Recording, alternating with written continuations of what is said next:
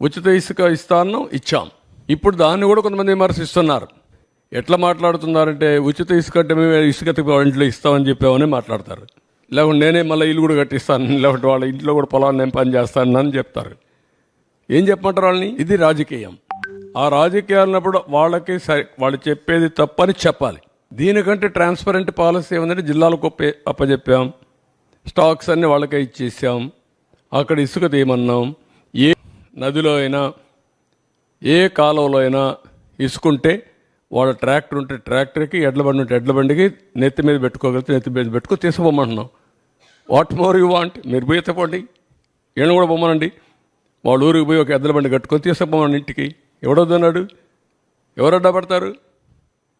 అలాంటి బుద్ధి జ్ఞానం లేకుండా చేసే వాళ్ళని ఏమనాలి? వాళ్ళని మనుషులు అనాలి? ఉంటే వింత పశువులు కూడా ఉండవు మారిగా ఉంటాయి. ఇవన్నీ ఉంటాయి ఛాలెంజెస్.